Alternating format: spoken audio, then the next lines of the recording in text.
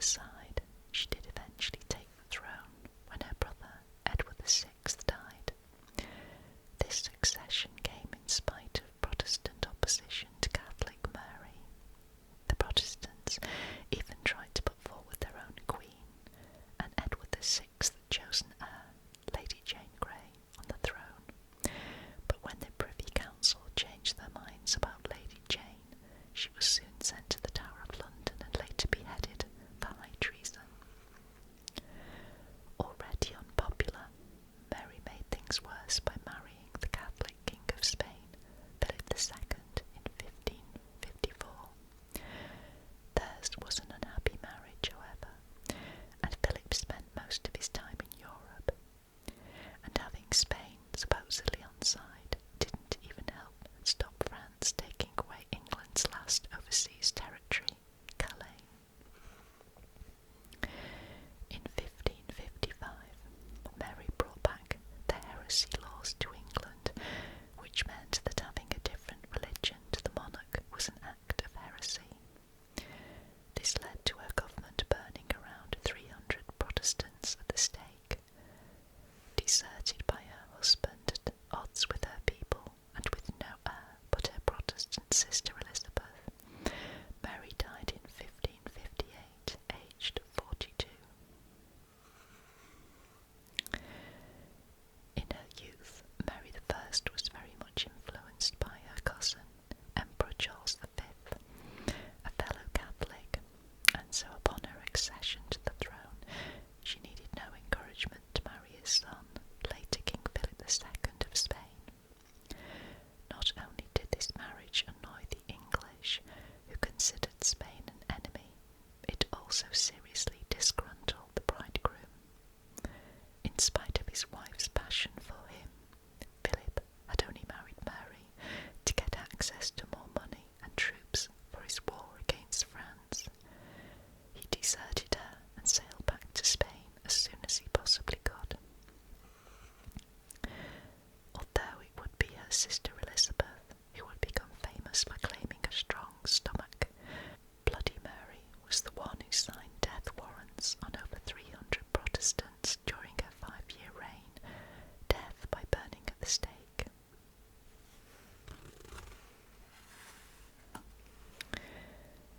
And now we go to Elizabeth I.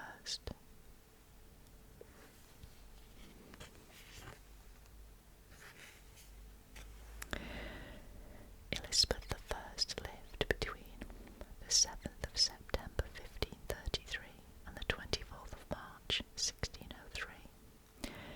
She reigned between the 17th of November 1558 and the 24th of March 1603. When Elizabeth I was crowned, she turned the country upside down again, announcing herself as a Protestant queen. She was determined to be as strong as any man, and declared that had the heart and stomach of a king. There was just one problem. Unlike her father, she wasn't going to get married. Instead, she declared herself to be married to England,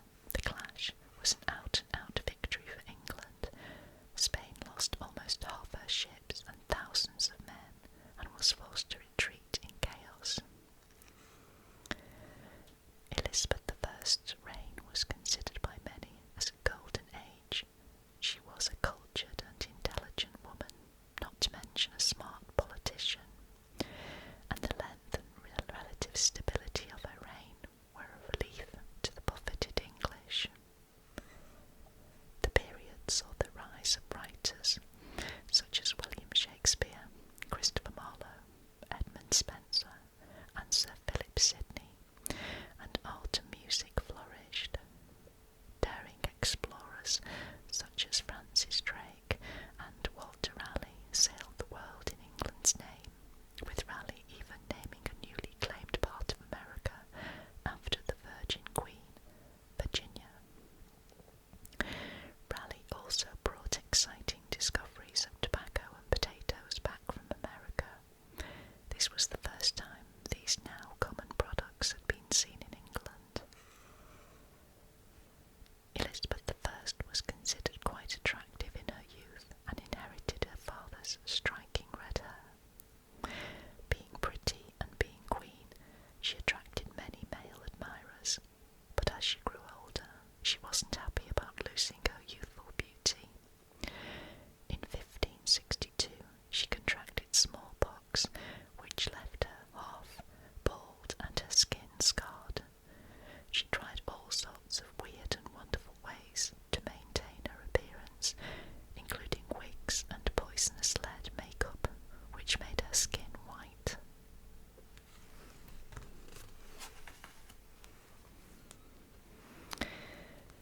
And next, we have James I, also James VI of Scotland, and the House of Stuart.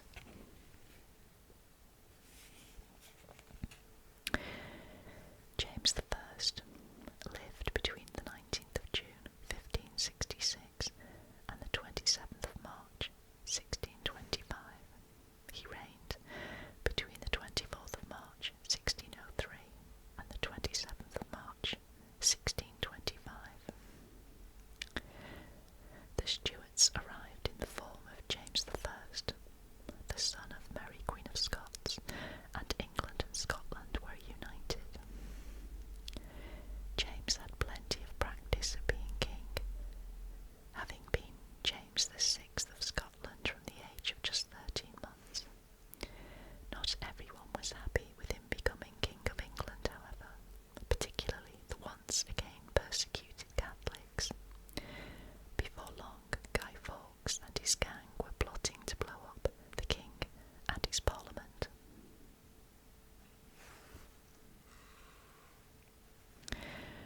James was the Scot who started the Stuarts.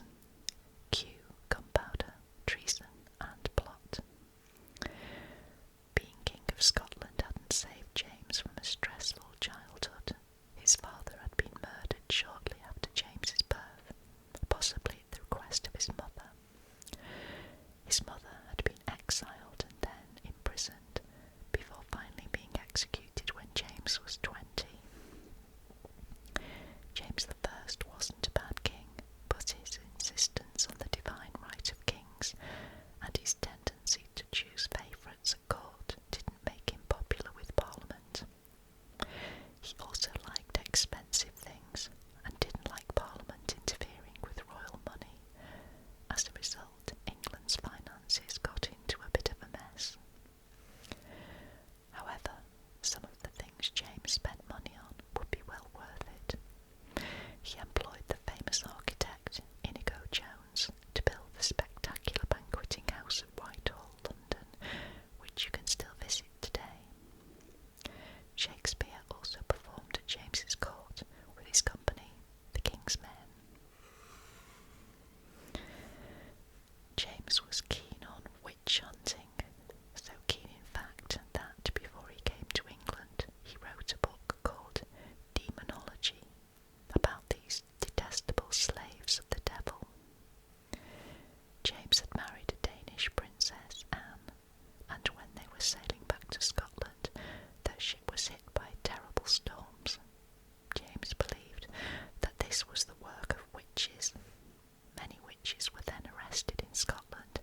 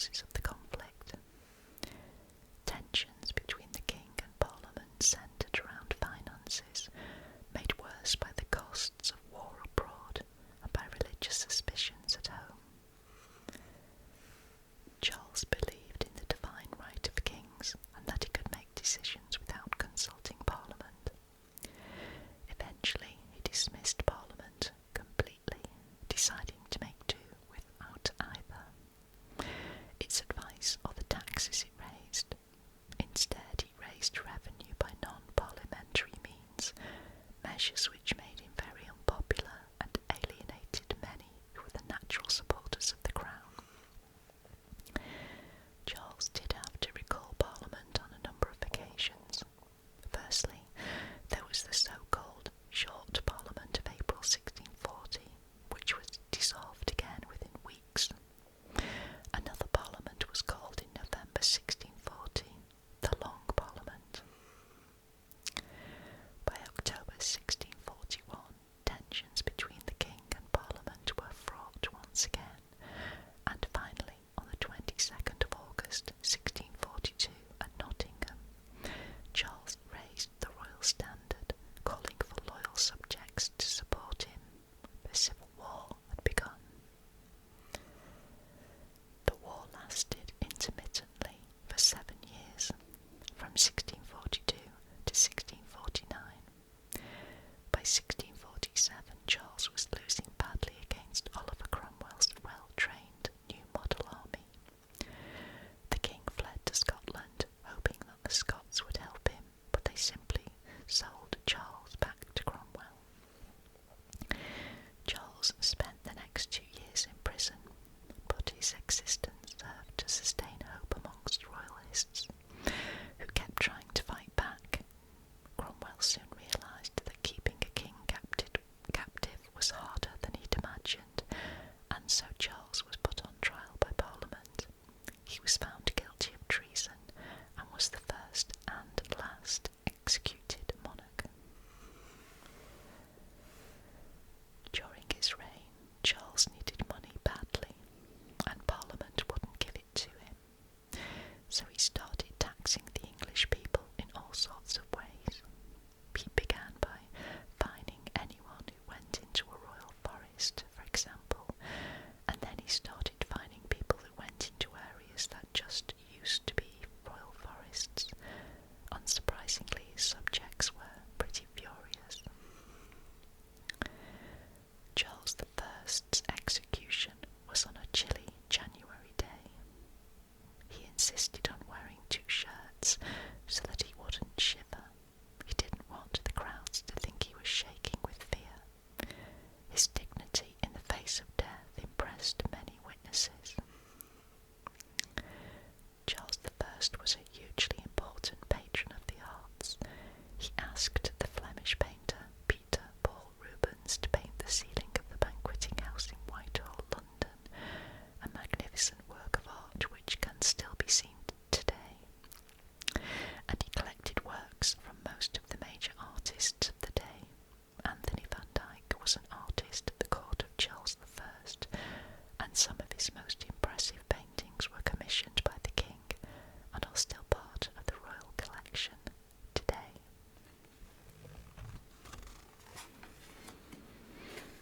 And next we have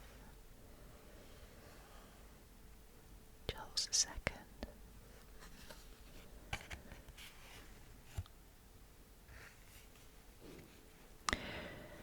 He lived between the 29th of May 1630 and the 6th of February 1685, and he reigned between the 29th of May 1660 and the 6th of February 1685. Charles II was only 12 when the English Civil War broke out. He fought a little in his teens, but was then forced to flee to Europe. He became king at the age of 30. His reign was known as the Restoration, and it saw the country coming back to life after years of war and the Puritan interregnum. It wasn't all fun and flirting, however. Charles's reign also saw the Great Plague and the Great Fire of London.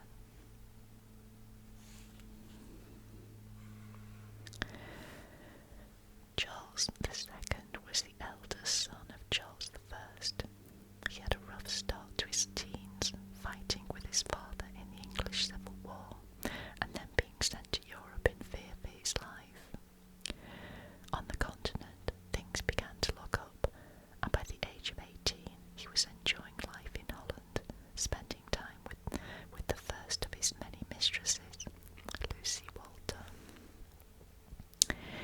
1649, England saw his father's execution, and Charles found himself back in the fight. He rallied troops and tried to cut a deal with the Scots with mixed success, launching an invasion of Britain via Scotland. Charles's ragtag bunch of fighters were fighting amongst themselves before they ever even reached Oliver Cromwell's new model army, which was as organised and efficient as it sounds, not to mention bigger than Charles's forces. The invasion was doomed, and Charles found himself on the run once again. It was 10 years before Charles could return to England as king. Cromwell was dead, his son and heir was useless, and the country wanted a king again. Charles was crowned by the same bishop who had stood by his father on the execution scaffold. Brand new royal regalia, the crown and sceptre, was made for the coronation, since all of the old stuff had been melted down under Cromwell's rule. Charles was sympathetic to the Catholic cause and tried to promote peace between the different religious groups in England. He didn't exactly succeed, but at least there weren't any burnings at the stake. There were other disasters, however. In 1665, a terrible disease hit England, known as the Great Plague. Approximately 100,000 people died in London alone. That's 1 in every 5 people. This was followed the next year by the Great Fire of London. Neither of these events seems particularly great. The fire famously started in Pudding Lane and swept through the city, destroying 13,000 houses, 89 churches and 4 stone bridges. Charles proved himself a bit of a hero by going out into the streets to help fight the blaze. Charles II's reign was perhaps not the smoothest, but it was a mile away from the chaos and bloodshed of his father. He died in 1685, converting to become a Roman Catholic on his deathbed. Charles was a real ladies' man. He had a string of mistresses, including other men's wives. There were aristocrats and actresses, and even the daughter of a clergyman. Perhaps one of his best-known lovers was the actress Nell Gwynn, who rose from selling oranges in the street to living in style in Pall Mall. The king's dying words were supposedly instructions for the care of his beloved mistress, telling his brother, "Let not poor Nelly starve." Charles continued to fight for the crown after his father's execution. He had been forced to flee to Europe during the Civil War, but invaded Britain in 1650 via Scotland. His forces were defeated by those of Oliver Cromwell's new model army at the Battle of Worcester in 1651, and legend has it that young Charles escaped capture by hiding in an oak tree for hours until all of the enemy soldiers had gone. Charles was a bit of a mover and shaker in the world of arts and science, and many of his projects survive to this day. He sponsored the founding of the Royal Society of Scientists and began important building work at Windsor Castle. The king was a patron of the architect Christopher Wren, who designed and rebuilt St. Paul's Cathedral after the Great Fire of London, and he also appointed Wren to design the Royal Hospital Chelsea for old soldiers, which is now home to the Chelsea pensioners.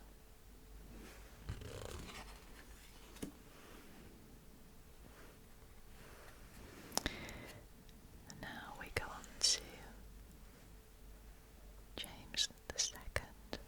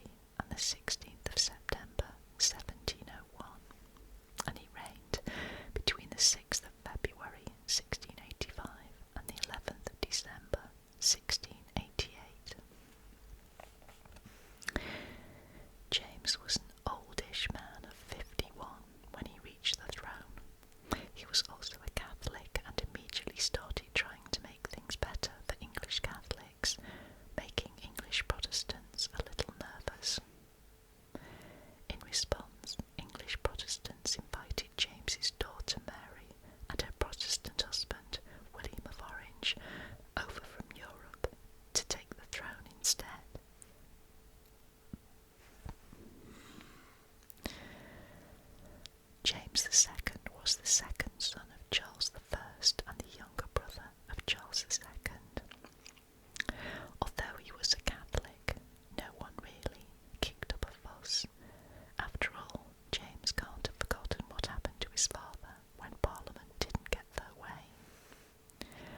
But James was no pushover. He told Parliament that the best way to engage me, to meet you often, is to use me well. He started trying to make life better for Catholics in England, and the Protestants thought that this meant a big Catholic takeover was planned. People started to get upset. Charles II's illegitimate son, the Duke of Monmouth, made a rebellious grab for the throne, but this was brutally crushed. After this, a worried James II started promoting Catholic friends to high positions. What came next was the final blow. James's second and Catholic wife, Mary of Modena, gave birth to a son, James Francis Edward Stuart, a Catholic heir to the throne. Now the Protestants were sure they were in trouble.